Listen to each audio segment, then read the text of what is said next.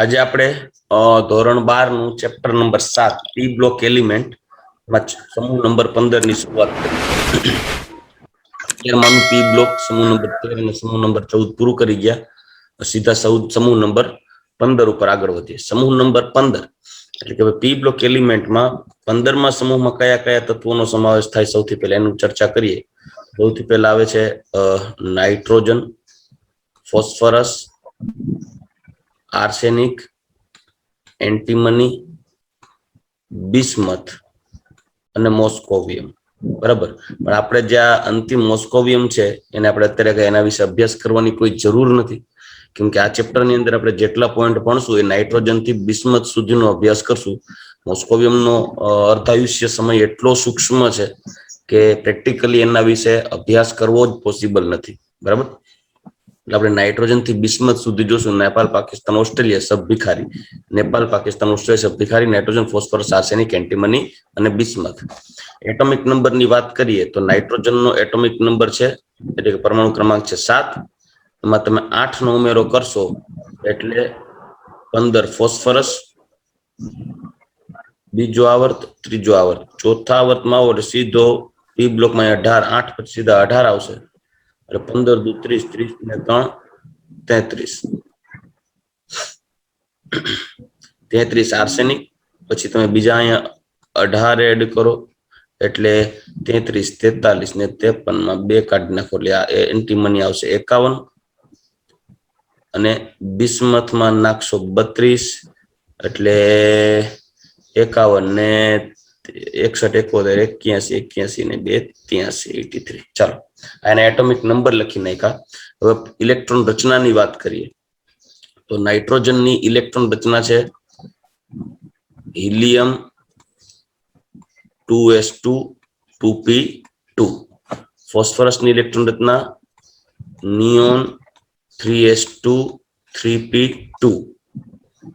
Arsenic argon અહીંયા આવશે 4s2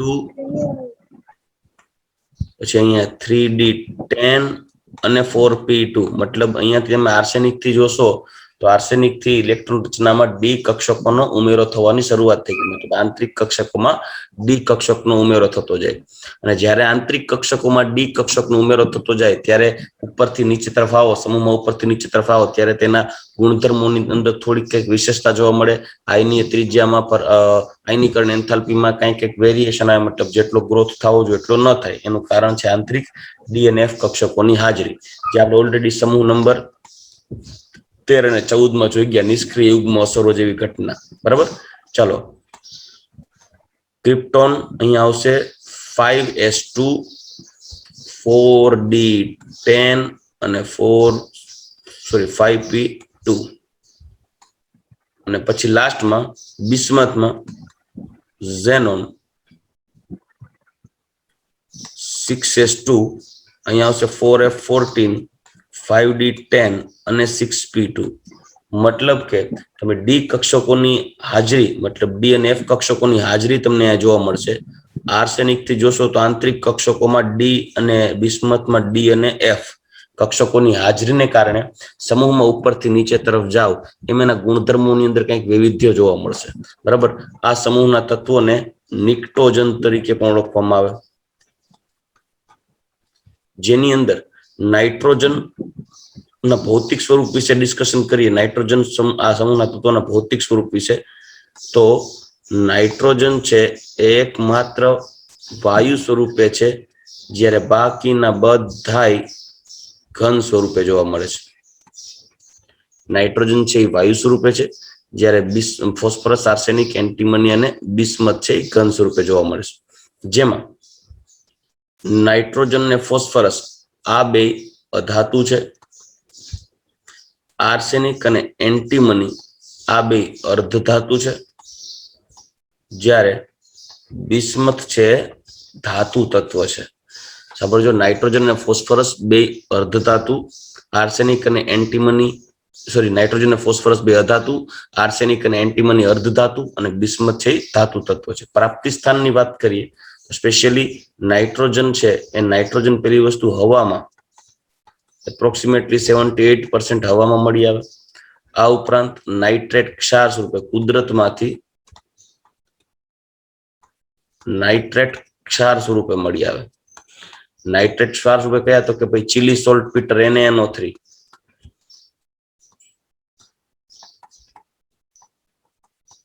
પછી KNO3 જે છે એને ઇન્ડિયન સોલ્ટ પીટર તરીકે ઓળખવામાં આવે. સર હા બેન, આ બધામાં P3 આવશે ને? હા બાહ્યતમ P3 બાહ્યતમ કક્ષામાં 3 આવે. સોરી, એસ વરી એસ લખાઈ ગયું. અહીંયા 2, અહીંયા 3, અહીંયા 2, અહીંયા 3, P3 આવશે. સારું કર્યું ટાણે કહી દીધું, ન કરી તો આયલું જ જાતનું કોઈ બોલત નહીં. કાર્બન વાળું મગજમાં આવી ગયું. 7 હોય એટલે 1:2 ને 2p3 બરાબર. ચાલો,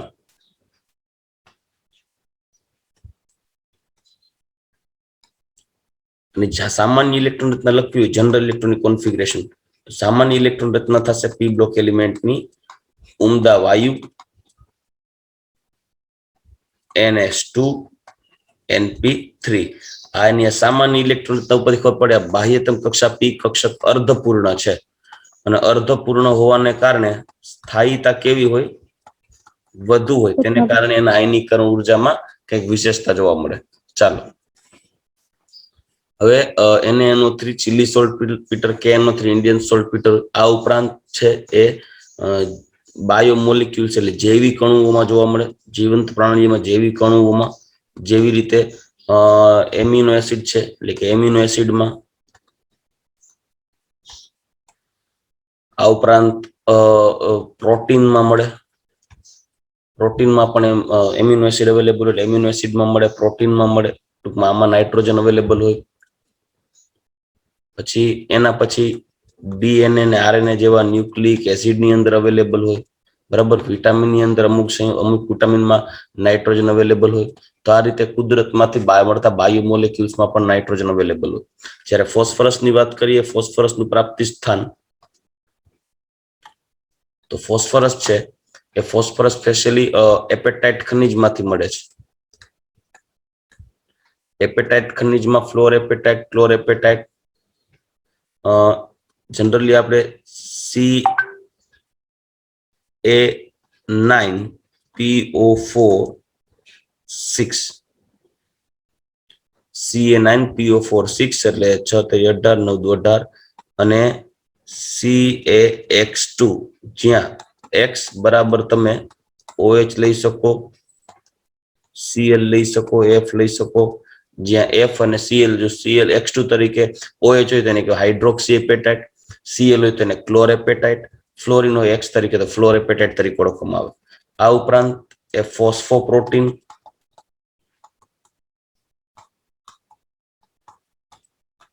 દૂધમાંથી, ઈંડામાંથી, ઊનમાંથી વગેરેમાંથી ફોસ્ફરસ અવેલેબલ હોય.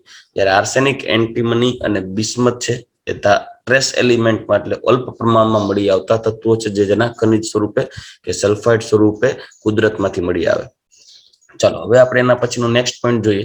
તો એના ગુણધર્મોમાં આગળ વધીએ. નાઇટ્રોજન, ફોસ્ફરસ, આર્સેનિક, એન્ટીમની અને બિસ્મથ. ઉપરથી નીચે તરફ આવીએ ને સૌથી પહેલા નાઇટ્રોજનની વાત કરીએ તો આપણે કીધું હતું કે ભાઈ નાઇટ્રોજન ને ફોસ્ફરસ બે અધાતુ છે. આ બે આપણે જોઈ ગયા. આ અર્ધ ધાતુ છે અને આ ધાતુ છે. બીજી વસ્તુ ચોખવટ કરી દઉં, નાઇટ્રોજન સિવાયના આ એક જ નાઇટ્રોજન છે દ્વિપરમાણવીય અણુ સ્વરૂપે હોય, લાઈક N2 ગેસ. જ્યારે આ બધા બહુપરમાણવીય હોય અને આ ભાઈ એકાકી હોય. એકાકી એટલે એકલો હોય, અને એક જ કાકી નથી, એકાકી. એકાકી એટલે એકલો હોય. બીજી વસ્તુ હજી એક,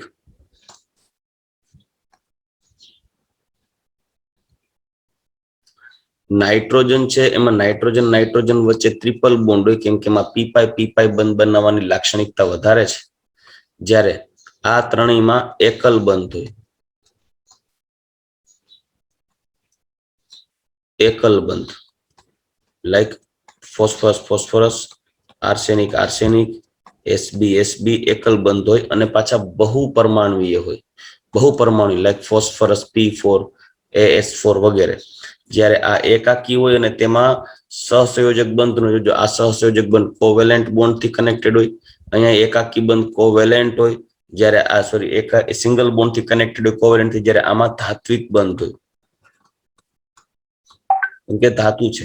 બીજી વસ્તુ, નાઇટ્રોજન એક જ એવો છે કે આ સમૂહમાં કે જેના અપર રૂપો નથી. અપર રૂપો મતલબ કે નાઇટ્રોજનની જેમ કાર્બનના અપર રૂપો, કાર્બનમાં ગ્રેફાઇટ, હીરો, ફુલેરિન કે અસ્ફટિકમાં કોલસો છે વગેરે કાર્બનના અપર રૂપો હતા, એમ નાઇટ્રોજનના અપર રૂપો અવેલેબલ નથી. નાઇટ્રોજન સિવાયના તત્વોના અપર રૂપો અવેલેબલ છે. લાઈક ફોસ્ફરસ છે તો ફોસ્ફરસમાં P4 એ સફેદ ફોસ્ફરસ, રાતો ફોસ્ફરસ કે કાળો ફોસ્ફરસ, આવા ટાઈપના અપર રૂપો જોવા મળે. મતલબ નાઇટ્રોજન એક જ એવો છે જેના અપર રૂપો નથી. નાઇટ્રોજન અપર રૂપ ધરાવતું નથી. ત્યારે નાઇટ્રોજન સિવાયના દરેકે દરેક તત્વો, આ બધા તત્વો અપર રૂપો ધરાવે. ચાલો હજી એક પોઈન્ટ, સમૂહમાં ઉપરથી નીચે તરફ જાઓ ત્યારે એના ગુણધર્મોમાં શું વૈવિધ્ય જોવા મળે, હવે એની વાત કરીએ. તો પહેલી વસ્તુ, જનરલ ઇલેક્ટ્રોન રચના તો જોઈ ગયા, પણ સમૂહમાં ઉપરથી નીચે તરફ જાઓ ત્યારે ગુણધર્મોની વિશેષતા જોઈએ. ટોપ ટુ બોટમ તરફ આગળ વધીએ એમ સમૂહમાં ઉપરથી નીચે તરફ જાઓ તો ધાતુ ગુણધર્મ ઘટે, ધાતુ ગુણધર્મ વધે, અધાતુ ગુણ ઘટે. પછી બીજી વસ્તુ, પરમાણવીય ત્રિજ્યા શું થશે, વધશે કે ઘટશે? પરમાણવીય ત્રિજ્યા પરમાણુ ત્રિજ્યા વધે, પરંતુ આર્સેનિક થી બિસ્મથ તરફ, આર્સેનિક થી બિસ્મથ તરફ પરમાણુ ત્રિજ્યાનો વધારો કેવો હોય? ઓછો હોય. વધારો થાય પણ વધારો ઓછો હોય. શું કરવાને? કેમ કે તેની અંદર ડી અને એફ કક્ષકોની હાજરી હોય. મતલબ જેને કારણે Z ઇફેક્ટિવ વધી જતો હોય, બાહ્ય કક્ષા ઉપર લાગુ પડતી સ્ક્રીનિંગ અસરની પ્રબળતા ઘટી જાય, એટલે કદ જેટલું વધવું જોઈએ એટલું વધે નહીં. સમજાઈ ગયું? બરાબર. એની આ અસરને કારણે તો નિષ્ક્રિય યુગ્મ અસર જોવા મળે. પછી બીજી વસ્તુ, આયનીકરણ ઉર્જા.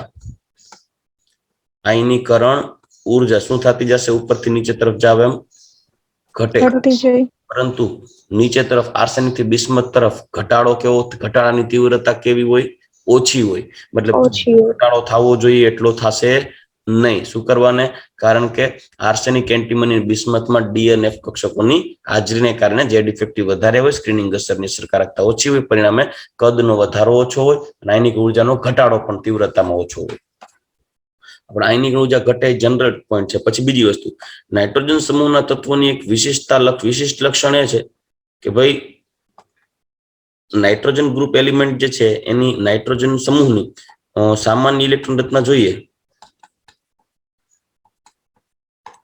તો ઉમદા વાયુ NH2 અને NP3 છે. NP3 મતલબ કે બાહ્ય કક્ષકમાં અર્ધપૂર્ણ કક્ષક અવેલેબલ હોય. અર્ધપૂર્ણ હોવાને કારણે હાફ ફિલ્ડ હોય, એને કારણે આ સ્ટેબિલિટી વધારે હોય કે નહીં? અને સ્ટેબલ વધારે હોવાને કારણે યાદ રાખજો, સમૂહ નંબર 15 ના તત્વો કરતા સામાન્ય રીતે સમૂહ નંબર 16 ના તત્વની આયનિક ઉર્જા વધારે હોવી જોઈએ. 16મું તત્વ એટલે ઓક્સિજન સમૂહ આવે. સમૂહ નંબર 15 ના તત્વો કરતા સમૂહ નંબર 16 ના તત્વની આયનિક ઉર્જા વધારે હોવી જોઈએ. પણ અપવાદ સ્વરૂપે સમૂહ નંબર 16 કરતા સમૂહ નંબર 15 ના તત્વોની આયનીકરણ ઉર્જા વધારે છે અને સમૂહ નંબર 16 ના તત્વોની ઓછી છે. સમજાઈ ગયું? સમૂહ નંબર 15 ના તત્વો કરતા ના તત્વોની પ્રથમ આયનીકરણ એન્થાલ્પી અપવાદ સ્વરૂપે સમૂહ નંબર 16 ના તત્વોની પ્રથમ આયનીકરણ એન્થાલ્પી કરતા વધારે છે. જોજો, સામાન્ય રીતે સમૂહ નંબર 15 ની ઓછી હોવી જોઈએ, 16 ની વધારે હોવી જોઈએ. લાઈક નાઇટ્રોજનની આયનિક ઉર્જા ઓછી હોવી જોઈએ, ઓક્સિજનની વધારે હોવી જોઈએ. પરંતુ આમાં ઊંધું છે. આ એક જ સમૂહ એવો છે કે જે સમૂહ નંબર 15 કરતા સમૂહ નંબર 16 ની આયનીકરણ ઉર્જા તમને ઓછી જોવા મળશે. લાઈક આ જ એક ઘટના બની હતી સમૂહ નંબર બે માં રહેલા બેરેલિયમ અને 13 ના બોરોન વચ્ચે. યાદ કરો, બેરેલિયમની આયનિક ઉર્જા બોરોન કરતા વધારે હતી. યાદ આવે છે કયા ચેપ્ટરમાં ભણ્યા છીએ? હા રોજિંદા જીવનમાં રસાયણ વિજ્ઞાનમાં આવું ભણ્યા આપણે? નહીં? કેમ ભણ્યા આની પહેલા? પી બ્લોક ચાલુ નતું ત્રીજા ચેપ્ટરમાં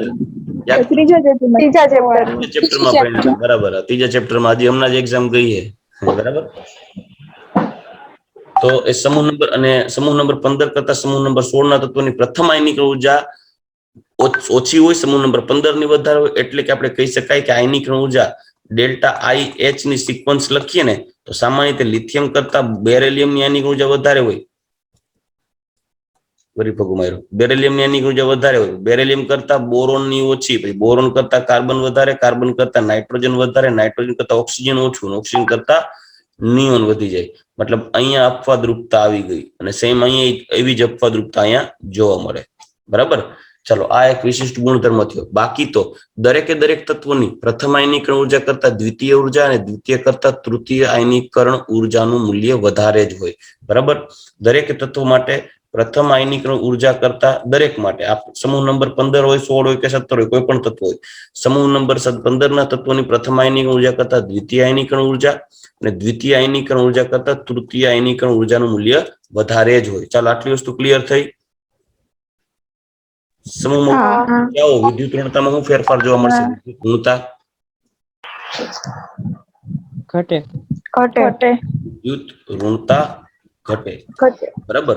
સમૂહ ઉપરથી જાવ ઘટે. બીજી વસ્તુ એક ખાસ એક ધ્યાનમાં રાખવા જેવી બાબત કે ભાઈ આ સમૂહના તત્વોની ઇલેક્ટ્રોન પ્રાપ્તિ ઉર્જા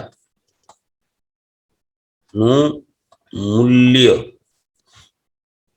સામાન્ય રીતે ઇલેક્ટ્રોન પ્રાપ્તિ ઉર્જાનું મૂલ્ય ઓછું હોય. ઓછું શું કરવાને? સ્થાયી ઇલેક્ટ્રોન રચનાને કારણે બાહ્યતમ કક્ષાનો ઉમેરાતો ઇલેક્ટ્રોન સરળતાથી ઉમેરાય નહીં, અપાકર્ષાય.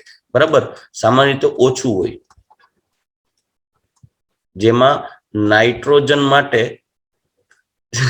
અમારું એક સ્ટેટમેન્ટ ધબાધબી બોલાવશે. નાઇટ્રોજનની ઇલેક્ટ્રોન પ્રાપ્તિ એન્થાલ્પીનું મૂલ્ય ગ્રેટર ધેન 0 છે, જે ટેન્સ ટુ 0 છે. સમજાઈ ગયું? એટલે કે એની ઇલેક્ટ્રોન પ્રાપ્તિ એન્થાલ્પીનું મૂલ્ય લગભગ 15 થી 20 કિલો જૂલ પ્રતિ મોલ જે છે, જેને આપણે શૂન્યની નજીક તરીકે ગણીએ છીએ. એટલે શૂન્યની નજીક છે. ગઈકાલના પ્રશ્નમાં એક માપ હતું. હા, એમાં બી નું આવે. એમાં 0 હતું. બે ઓપ્શન આપો ને. 0 નહોતું, લગભગ શૂન્ય. જ લખ્યું છે. લગભગ શૂન્ય છે. તમે સ્ટેટમેન્ટ વાંચજો. નાઇટ્રોજન તત્વની ઇલેક્ટ્રોન પ્રાપ્તિ એન્થાલ્પીનું મૂલ્ય 0 નથી. 0 છે એવું નથી લખ્યું. નાઇટ્રોજન તત્વની ઇલેક્ટ્રોન પ્રાપ્તિ એન્થાલ્પીનું મૂલ્ય લગભગ શૂન્ય છે. તમે એકવાર વાંચજો પેપરમાં. શૂન્ય નથી લખ્યું, લગભગ શૂન્ય લખ્યું છે કે બેની મારી લગભગ થાય. લગભગ છે. બરાબર. લગભગ શૂન્ય છે. હા, નો ડાઉટ એ સ્ટેટમેન્ટ તમે ખોટું પાડી શકો, એમાં ના નહીં. જો તમને બીજું એક સ્ટેટમેન્ટ ખોટું ન મળે તો. બીજું સ્ટેટમેન્ટ એ ખોટું હતું. ફ્લોરિન થી આયોડિન તરફ જનરલ ટ્રેન્ડ છે. આયનિક ઉર્જાનું મૂલ્યમાં ઇલેક્ટ્રોન પ્રાપ્તિ એન્થાલ્પીના મૂલ્યમાં ઘટાડો થાય. ફ્લોરિન કરતા ક્લોરિન ઇલેક્ટ્રોન પ્રાપ્તિ એન્થાલ્પીનું મૂલ્ય વધે છે અને પછી ઘટે છે. એટલે એ એક એમાં અપવાદરૂપતા છે. એટલે એ ટ્રેન્ડ એ ખોટો પડે. એટલે આમાં અડધાને ગજબનું કન્ફ્યુઝન થયું. ઓકે, બી ટીક કર્યું ઓલમોસ્ટ બધાને. જેને બી ટીક કર્યું છે એને ગોળીએ દેવાઈ ગયા. અને ઓલું એવું લઈ લીધું કે ભાઈ અપવાદ છે. એટલે થોડી પછી ધ્યાનમાં લેવાનું, પણ અપવાદ તો છે. બરાબર. એટલે એ બે માંથી બહુ કન્ફ્યુઝન થયું. પણ મેં જે આ ક્વેશ્ચન મૂક્યો તો એ લગભગ એક્ઝામ્પલર નો જ છે. મને એક્ઝેક્ટલી ખ્યાલ નથી આવતો, પણ એક્ઝામ્પલર નો જ છે. બરાબર. એટલે આપણે જવાબ બબે નહીં રાખીએ, કન્ફર્મ થઈ ઇલેક્ટ્રોન પ્રાપ્તિ એન્થાલ્પીનું મૂલ્ય ઓછું હોય. અને બીજી વસ્તુ, મેં તમને એક પ્રશ્નમાં ગ્રેસ આપ્યો છે, BF3 વાળો. બરાબર. હવે ક્વેશ્ચન આવો છે કે એફ BR અને એફ, બરાબર, આવા કેટલા બોન્ડ છે? તો આપણે રવિના એવું કે ભાઈ BR છે, બરાબર. હવે આ બોન્ડ આવો હતો, બે લોન પેર છે ને, આવું છે ને, વડેલો થયો વળી જાય ને. સાંભળજો, આ બોન્ડ એંગલ અહીંયા 90, તો કે અહીંયા 90, તો ખરેખર આમાં 3 એવા બોન્ડ છે, BR અને F એવા 3 બોન્ડ છે કે જેમાં 90 ડિગ્રી આવે. પણ કે પ્રશ્ન તો આવો છે, એટલે રવિના એની રીતે સાચી હતી, સર આવી રીતે વિચારીએ તો આવા બોન્ડ તો બે જ થયા, એક આ અને બીજો આ. સમજાઈ ગયું? BRF FBRF. આ FBRF તો 90 થાય કે એટલે 2 જ આવવું જોઈએ, એમ કે 3 આવવું જોઈએ. પણ તમે હજી યાદ કરાવું, ટેક્સ્ટ બુક ની અંદર એકવાર નજર તો નાખજો. ટેક્સ્ટ બુક ની અંદર વળેલો આકાર છે, અબંધકારક ઇલેક્ટ્રોનિક મને યાદ ટેક્સ્ટ બુકમાં તમે એકવાર નજર નાખો ને, ટેક્સ્ટ બુક તો તમે યાદ રાખજો, ખાલી એક P બ્લોક એલિમેન્ટ માટે નહીં, દરેકે દરેક ચેપ્ટર જો મેક્સિમમ માર્ક્સ ખેંચવા માટે તમે ભૂલ ન કરતા. ફિઝિક્સ હોય તો ભલે, કેમિસ્ટ્રી હોય તો ભલે ને બાયોલોજી હોય તો ભલે, ટેક્સ્ટ બુક વાંચો ને ત્યારે એટલીસ્ટ ભલે કેમિસ્ટ્રીમાં તમે જે ચેપ્ટરમાં ટેક્સ્ટ બુક ન વાંચી હોય તો ટેક્સ્ટ બુક ન વાંચ્યું હોય, કેમિસ્ટ્રી બાયોલોજીમાં તો છોડતા જ નહીં, પણ કેમિસ્ટ્રી માનો કે ટેક્સ્ટ બુક નથી વાંચી ને આપણું મટીરિયલ વાંચ્યું, ઓકે, તો કેમિસ્ટ્રીની અંદર તમે એટલીસ્ટ સ્વાધ્યાયના પ્રશ્નો, ઉદાહરણના પ્રશ્નો, પછી ટૂંકમાં જેને આપણે શું કહેવાય ને, એક્સરસાઇઝ, ટૂંકમાં લખાણ સંબંધિત પ્રશ્નો, પછી એક્સરસાઇઝ પાછળ સ્વાધ્યાય બધા એકવાર જોઈ લેવાના. ઉદાહરણ જેટલા આપ્યા છે એ, જેને કોયડા કહીએ, કોયડા આપ્યા, લખાણ સંબંધિત પ્રશ્નો અને સ્વાધ્યાયના પ્રશ્નો અને એક્ઝામ્પલરના પ્રશ્નો ભૂલવાના નહીં, થઈ જ જવા જોઈએ. એમ કાળી રાતે ઉઠાડે તો એના પ્રશ્નો ખબર હોવી જોઈએ, આના પ્રશ્નો જવાબ શું આવવો જોઈએ, એટલા તો થઈ જ જવા જોઈએ, કેમ કે એમાંથી પૂછાય છે વધારે. બરાબર, NCERT ની બહાર. અને હજી યાદ રાખજો, તમે છેલ્લા પેપરો જોયા ન હોય તો કાંઈ નહીં, જોયા હોય તો અમારી વાત ઉપર ભરોસો હોય તો ભરોસો રાખીને ન જોવો તો કાંઈ નહીં. 5 વર્ષના પેપર લ્યો કે 7 વર્ષના પેપર લ્યો, NCERT ની બહારનો એક શબ્દ નથી આવ્યો. તમે 525 વાર તમે NCERT કરી હોય, માનો કે બાયોલોજીમાં, તો 526મી વારે NCERT જ કરજો. તમારે NCERT આખી થઈ ગઈ હોય ને તો તમે એવું ન માનતા કે તમારી NCERT આખી થઈ ગઈ છે. જો NCERT આખી થઈ ગઈ હોત તો ગઈકાલના વિશાલ સરના પેપરમાં 360 માંથી 360 માર્ક આવી જવા જોઈએ કે નહીં? ગઈકાલના પેપરમાં NCERT 12નું હતું કઈ બાયોલોજીમાં? ના. તો નો આવ્યા ને 360 માં 360 કોઈને આવ્યા? મિનિટા એકવાર એમ નહીં કે આવ્યા કે નથી આવ્યા, પોતને માથે આવે તો કઈ ન બોલે. આ ગણીય સાહેબુ ને એક ભૂલ હોય તો મારા બેટા કાટલા પકડીને ઘોડો થઈ જાય તરત. આવ્યા કે નહીં? હા કે ના? ના આવ્યા ને તો હજી તમારે બાકી છે ને NCERT રીડ કરવાની. એનો મતલબ એવું થયું, સમજાઈ ગયું? જે દિવસે NCERT માંથી કોણે ખાચરે માંથી પૂછાતો ક્વેશ્ચન નો 1 માર્ક નો કપાય તો અહીંયા તમારી NCERT થઈ ગઈ એવું કહેવાય. બાયોલોજીમાં યાદ રાખજો, બાયોલોજીમાં તમારે 340 350 ખેંચવા હોય ને તો રિક્વેસ્ટ કરું છું, NCERT ને તમે ખોરીને પી જાજો. તમારે મેડિકલમાં જવું હોય ને અને તમે બાયોલોજી 340 માર્ક તમે જો ખાઈ ગયા તો કોઈના બાપાની તાકાત નથી કે તમને રોકે MBBS માં જતા. પછી કેમેસ્ટ્રીમાં માનો કે 130 આવ્યા તોય તમારે 470 તો પહોંચી ગયા. બરાબર, હવે ફિઝિક્સમાં 100 આવે તોય 570 થઈ ગયા. 100 નો આવે ને માનો કે 90 આવે, 80 આવે, 550 ઉપર તો તોય જાશો. સમજાઈ ગયું? એટલે બાયોલોજીને તમે પ્રોપર કરજો. હવે આમાં ઘણા શું કરે, બાયોલોજી કે ઓહો 340 ખેંચવા પડે. 340 એટલે લોઢાના ચણા ચાવવા જેવી વાત છે. એમ પછી હેલીમાની ઘર નથી આ પછી બધી વસ્તુ. બરાબર, ખાલી બાયોલોજીમાં 340 લઈ આવવા ને ખાલી NCERT કરીને કે માંગી હવે મૂકો ફિઝિક્સ ને મૂકો કેમેસ્ટ્રી, બાયોલોજી ઉપર આક્રમણ કરો. NCERT ગધું જાય ને ફાર્યું જાય, યાદ રાખજો પાછું.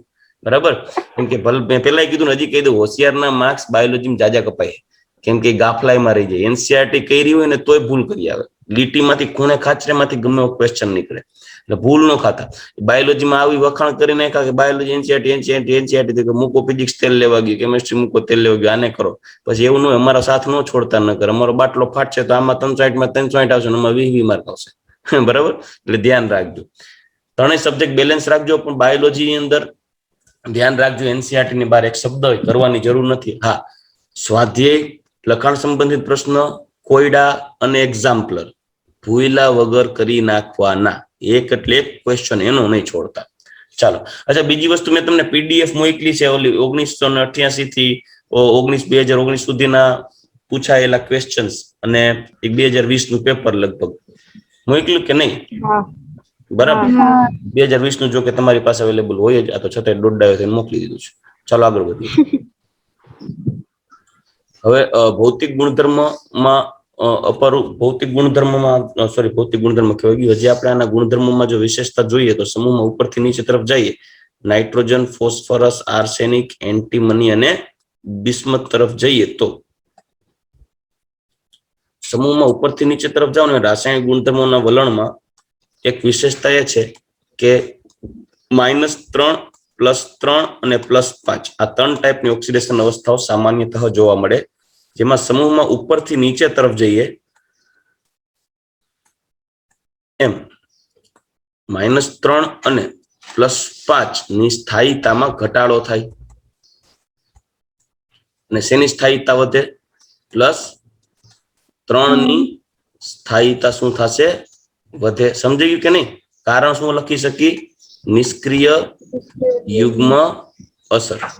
નિષ્ક્રિય યુગ્મ અસર જેમાં નાઇટ્રોજનના -3 થી લઈ +5 સુધીની પ્રત્યેક ઓક્સિડેશન અવસ્થાઓ ધરાવતા સંયોજનો જોવા મળે છે. એસ્પેશિયલી નાઇટ્રોજનના ઓક્સાઇડ અને નાઇટ્રોજનના ઓક્સો એસિડ્સમાં +5 ઓક્સિડેશન અવસ્થા ધરાવતા સંયોજનો મળે. એસ્પેશિયલી એ નાઇટ્રોજનની +3, +5 અને +1 ઓક્સિડેશન અવસ્થાઓમાં 1 અને 5 વચ્ચેની ઓક્સિડેશન અવસ્થાઓ એ વિસમીકરણ દ્વારા +3 અને +1 આપે છે.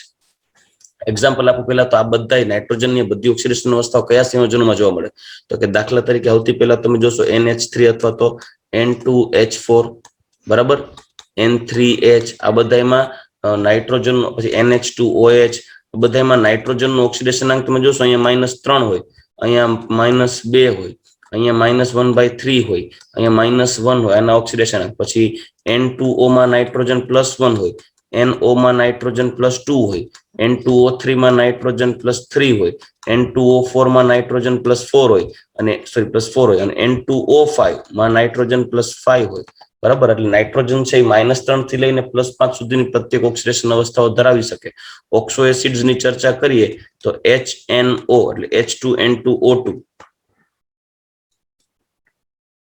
એટલે કહીએ H2N2O2 જેમાં નાઇટ્રોજનનું ઓક્સિડેશનાંક તમે જોશો એટલે અહીંયા +1 થઈ જશે. HNO2 એમાં નાઇટ્રોજનનું ઓક્સિડેશનાંક +3 હોય, HNO3 એમાં નાઇટ્રોજનનું ઓક્સિડેશનાંક +5 હોય. ફોસ્ફરસના ઓક્સિડેશનાંકની ચર્ચા કરીએ તો ફોસ્ફરસમાં PH3 ફોસ્ફીન માં નાઇટ્રોજન -3 હોય. પછી H3PO2, H3PO3, H3PO4 જેવા ઓક્સો એસિડમાં નાઇટ્રોજન ઓક્સિડેશનાંક +1 થી લઈને +5 સુધી જોવા મળે. એસ્પેશિયલી આર્સેનિક, એન્ટીમની અને બિસ્મથ તરફ જાઓ તેમ તેમ +3 ની સ્થાયીતામાં વધારો થાય છે અને +5 વાળા સંયોજનો જોવા મળતા નથી. હા, નાઇટ્રોજનના +5 ઓક્સિડેશન અવસ્થા ધરાવતા સંયોજનો સહસંયોજક સંયોજનો છે. ઓક્સાઇડ અને ઓક્સો એસિડ છે સહસંયોજક સંયોજનો છે. આયોનિક ફોર્મમાં નહીં મળે. એસ્પેશિયલી NX5 નહીં મળે, ક્યારેય NX3 મળે. NX5 નાઇટ્રોજનના પેન્ટાહેલાઇડ નથી મળતા, જે આપણે એના હેલાઇડ સંયોજનોમાં આપણે એના ઉપર આગળ ડિસ્કશન કરશું બરાબર. તો ચાલો હવે આપણે નેક્સ્ટ પોઈન્ટ ઉપર આગળ વધીએ કે આ સમૂહના તત્વોની વાત કરીએ. અત્યારે આપણે જે ભૌતિક ગુણધર્મો જોઈ ગયા બધા ઉપર ટેક્સ્ટ બુકની અંદર જે લખેલું છે એના ઉપર એક નજર નાખીએ એટલે તમે વાંચો ત્યારે વાંધો ન આવે. નાઇટ્રોજન સમૂહના બધા તત્વો બહુપરમાણ્વીય, નાઇટ્રોજન એક દ્વિપરમાણ્વીય N2 ફોર્મમાં છે. નાઇટ્રોજન વાયુ છે, બાકીના બધા ઘન છે. સમૂહમાં ઉપરથી નીચે તરફ જઈએ એમ ધાતુ ગુણધર્મ વધે. નાઇટ્રોજન, ફોસ્ફરસ અધાતુ, આર્સેનિક અર્ધધાતુ, આર્સેનિક અને એન્ટીમની અર્ધધાતુ અને બિસ્મથ છે એ ધાતુ છે. આનું કારણ આયનિક અને એન્થાલ્પીમાં થતો ઘટાડો અને પરમાણુ કદમાં થતો વધારો છે. કેમ કે જેમ પરમાણુ કદ વધે આયનિક ઉર્જા ઘટે, ધાતુ ગુણધર્મ વધતું જાય. સામાન્ય રીતે સમૂહમાં ઉપરથી નીચે તરફ જતા ઉત્કલન બિંદુમાં વધારો થાય છે. જો ઉત્કલન બિંદુ વધે પરંતુ ગલન બિંદુ આર્સેનિક સુધી વધે, આર્સેનિક પછી બિસ્મથનું એકનું ગલન બિંદુ થોડુંક નીચું છે. એટલે ઉત્કલન બિંદુની વાત કરીએ તો ઉત્કલન બિંદુ સામાન્ય રીતે શું થશે? ઉપરથી નીચે તરફ જતા ઉત્કલન બિંદુમાં વધારો થાય. પરંતુ ગલન બિંદુ પણ શું થશે? વધે છે. અપવર્ત રૂપે આર્સેનિક કરતા એન્ટીમનીનું ગલન બિંદુ કેવું હોય તો કે આર્સેનિક કરતા એન્ટીમનીનું ગલન બિંદુ ઘટે છે, ઓછું છે. ચાલો રેડી. અને બિસ્મથ, નાઇટ્રોજન સિવાય બધા તત્વો અપરૂપતા દર્શાવે છે. નાઇટ્રોજન એક જ એવો છે જે અપરૂપતા દર્શાવતો નથી. બીજી વસ્તુ, નાઇટ્રોજન અને ફોસ્ફરસની વાત કરીએ તો નાઇટ્રોજનનું ઉત્કલન બિંદુ ફોસ્ફરસ કરતા વધારે છે. સાંભળજો, નાઇટ્રોજનનું ઉત્કલન બિંદુ ફોસ્ફરસ કરતા વધારે છે. એનું કારણ છે તો કે ભાઈ નાઇટ્રોજન ઉત્કલન બિંદુ કહી ગયું નાઇટ્રોજન હાઇડ્રાઇડનું, નાઇટ્રોજન હાઇડ્રાઇડનું એટલે એમોનિયા. નાઇટ્રોજનના હાઇડ્રાઇડ તેના સમૂહના અન્ય તત્વ કરતા ગુણધર્મોમાં, ભૌતિક ગુણધર્મોમાં વિશેષતા દર્શાવે છે. નાઇટ્રોજનના હાઇડ્રાઇડ, નાઇટ્રોજનની શું કરવાને આ વિશેષતા દર્શાવે? એમોનિયા એના સમૂહના અન્ય તત્વો કરતા. હાઇડ્રોજન બંધ હોય, નાઇટ્રોજનમાં હાઇડ્રોજન બંધ હોય એટલે આપણે ઇન્ડિવિજ્યુઅલી હાઇડ્રેટ સંયોજનો જોશું ને ત્યારે જોશું. એક અત્યારે જનરલ ચર્ચા કરી ગઈ કે નાઇટ્રોજન થી બિસ્મથ તરફ ઉત્કલન બિંદુ વધે અને ગલન બિંદુ વધે છે, પણ ગલન બિંદુમાં આ એક અપવાદરૂપતા આવી. ચાલો રેડી, નેક્સ્ટ એના પછી ઓક્સિડેશન અવસ્થાઓની વાત કરીએ. તો આ સમૂહના તત્વોની સામાન્ય ઓક્સિડેશન અવસ્થા -3 અને +5 છે. કદ અને ધાત્વીય લક્ષણ વધવાને કારણે સમૂહમાં ઉપરથી નીચે તરફ જતા -3 ઓક્સિડેશન અવસ્થા પ્રદર્શિત કરવાની વૃત્તિમાં ઘટાડો થાય, કેમ કે ધાતુ ગુણધર્મ વધે એટલે નેગેટિવ ઓક્સિડેશન નંબરની પ્રોબેબિલિટી ઘટશે. વાસ્તવમાં સમૂહનો છેલ્લો સભ્ય છે બિસ્મથ ભાગ્યે જ -3 ઓક્સિડેશન અવસ્થા વાળું કોઈ સંયોજન બનાવે. બાકી સમૂહમાં ઉપરથી નીચે તરફ જતા +5 ઓક્સિડેશન અવસ્થાની સ્થાયીતા પણ ઘટે. બિસ્મથ છે 5 વાળું એકમાત્ર અતિ લાક્ષણિક સંયોજન BF5 બનાવે. મતલબ બિસ્મથ એક જ +5 વાળું BF5 બનાવે છે, બાકીના +5 વાળા નહીં બનાવે. યાદ રાખજો, બિસ્મથ એક જ આ +5 વાળું બિસ્મથનું +5 ઓક્સિડેશન અવસ્થા ધરાવતું એક જ સંયોજન છે BIF5.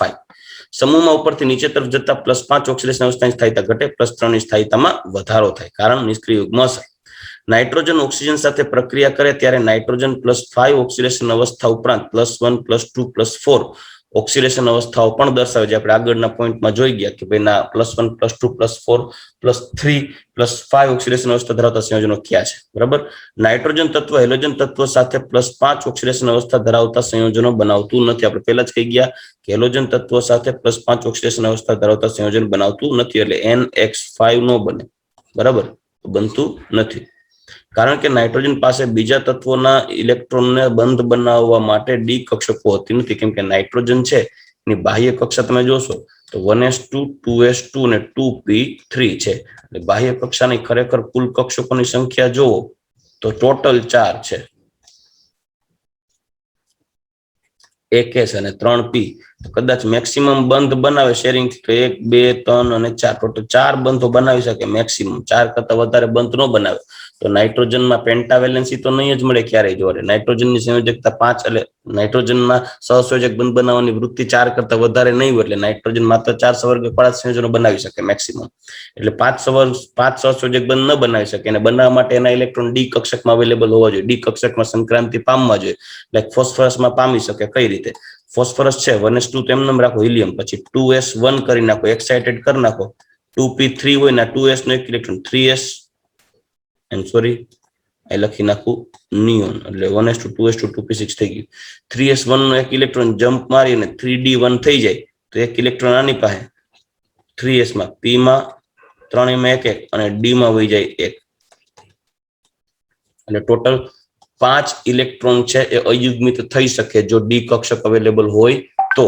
એટલે નાઇટ્રોજન સિવાયના તત્વો જે ભારે તત્વો છે તેની અંદર ડી કક્ષકોની હાજરીને કારણે તે 4 કરતા વધારે સહસંયોજક બંધ બનાવી શકે, એટલે એના MX5 સ્ટેબલ હોઈ શકે, બની શકે. નાઇટ્રોજનના MX5 એટલે કે 5 પેન્ટાહેલાઇડ સંયોજન ન હોય, કેમ કે એમાં ડી કક્ષકો હોતી નથી. ટૂંકું ને ટચ.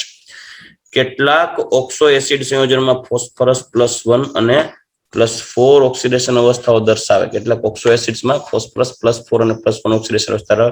હાઇપોફોસ્ફરસ એસિડ છે એ +1 ઓક્સિડેશન અવસ્થા દર્શાવે.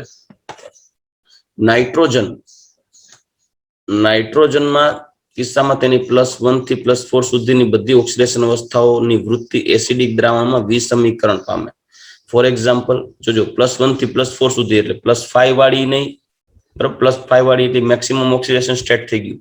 વિસમીકરણ પામવાનો મતલબ એવો થાય તેનું ઓક્સિડેશન થવું જોઈએ, રિડક્શન થવું જોઈએ. નાઇટ્રોજનના ઓક્સિડેશન આંકની રેન્જ હોય -3 થી લઈને +5, તો -3 વાળો જે હોય એ મેક્સિમમ +5 તરફ આગળ વધી શકે. મતલબ હવે -3 વાળો રિડક્શન ન થાય, એ માત્ર ને માત્ર થાય તો શું થાય? ઓક્સિડાઇઝ થાય. અને +5 વાળો હોય ને એ +6 તરફ ના જાય, એટલે હવે એનું ઓક્સિડેશન ન થાય. એ થાય તો શું થાય? હવે એનું રિડક્શન થાય, -3 તરફ જાય. મતલબ કે +3 વાળો માત્ર ઓક્સિડેશન થઈ શકે, +5 ઓક્સિડેશન અવસ્થા નાઇટ્રોજનમાં માત્ર રિડ્યુસ થઈ શકે, પરંતુ જેની ઓક્સિડેશન અવસ્થા -3 અને +5 ની વચ્ચે છે તેવું વિસમીકરણ થઈ શકે. એમાં સ્પેશિયલી ઓક્સો એસિડમાં વાત કરીએ તો નાઇટ્રોજનના ઓક્સો એસિડ્સમાં +1 અને +4 સુધીની કોઈ ઓક્સિડેશન અવસ્થાઓ હોય માનો કોઈની, અને એનું વિસમીકરણ કરવું હોય તો થાય. બરાબર, +5 નું વિસમીકરણ ન થાય. યાદ કરો, આપણે રેડોક્સમાં કોઈ પણ તત્વની ઓક્સિડેશન કરતા ને રિડક્શન કરતાની વૃત્તિ જોઈ ગયા હતા. એમાં આપણે જોઈ ગયા હતા કે HNO3 છે એ માત્ર ને માત્ર ઓક્સિડેશન કરતા તરીકે વર્તે, કેમ કે એના ઓક્સિડેશન આંક છે +5 નાઇટ્રોજનની રેન્જ હોય -3 થી +5, યાદ આવે છે આવું? -3 થી +5 રેન્જ હોય તો +5 હોય ને એ +6 ન થઈ શકે, એટલે હવે ઓક્સિડાઇઝ ન થઈ શકે, એટલે હવે માત્ર થાય તો શું થાય? રિડક્શન થાય, એટલે કરતા ઓક્સિડેશન કહેવાય. આપણે આવું યાદ છે? આવું કઈ કર્યું છે? રેડોક્સ ચેપ્ટરમાં આપણે આવું જોઈ ગયા હતા.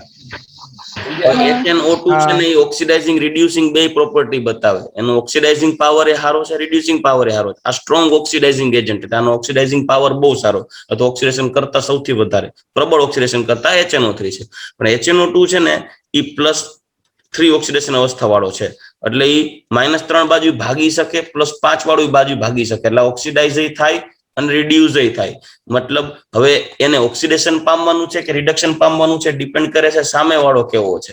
એટલે HNO2 છે ઓક્સિડેશન પામે તો રિડક્શન કરતા બને, રિડક્શન પામે તો ઓક્સિડેશન કરતા બને, એટલે HNO2 નો બે ગુણધર્મ દર્શાવે.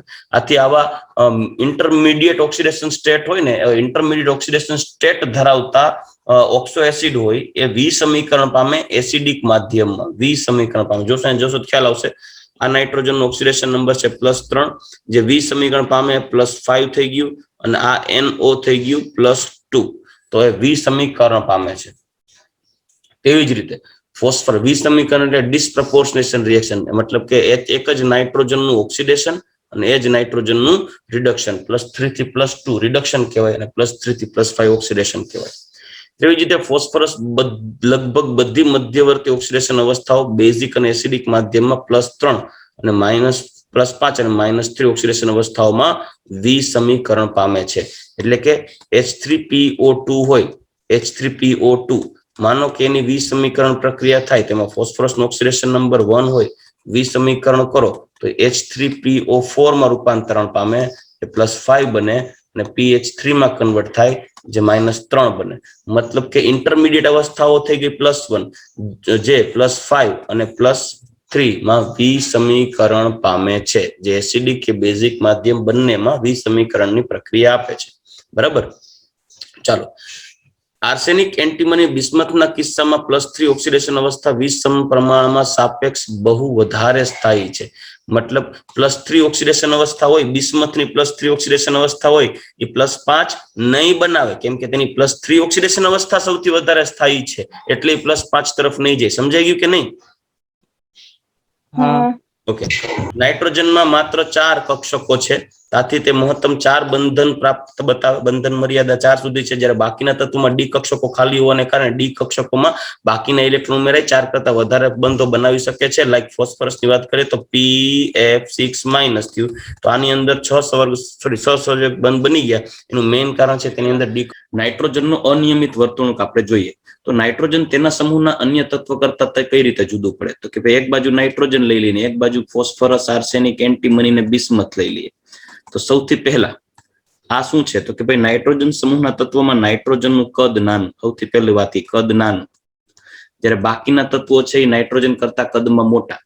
બીજી વસ્તુ, માત્ર 4 સવર્ગાંક ધરાવતા સંયોજનો, 4 બંધન ક્ષમતા હોય, મતલબ 4 કરતા વધારે બંધ બનાવી શકતો નથી, જ્યારે બાકીના છે 4 કરતા વધારે બંધન ક્ષમતા ધરાવે છે. આપણે આગળના પોઈન્ટમાં જોઈ ગયા PF6- મતલબ P માં 6 સહસંયોજક બંધ બનાવી શકાય, કેમ કે એની અંદર ડી કક્ષક અવેલેબલ છે, જ્યારે આમાં ડી કક્ષક ગેરહાજર છે, એટલે 4 કરતા વધારે બંધ બનાવી શકે નહીં.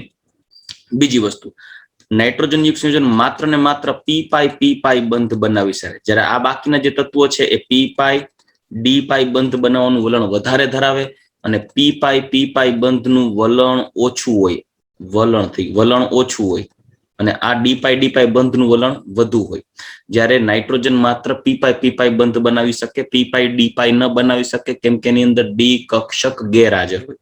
આ P-P બંધ ઉપરાંત કદ નાનું હોવાને, નાનું કદ, ઊંચી આયનીકરણ ઉર્જા ને લીધે નાઇટ્રોજન P-P બંધ દ્વારા તેના જેવા બીજા નાઇટ્રોજન પરમાણુ સાથે ટ્રિપલ બોન્ડ થી જોડાયેલો હોય, જેની bond enthalpy approximately 941 kilo joule પ્રતિ મોલ જેટલી એની બંધન ઉર્જા છે. મતલબ એની બંધન ઉર્જા પણ પ્રબળ છે.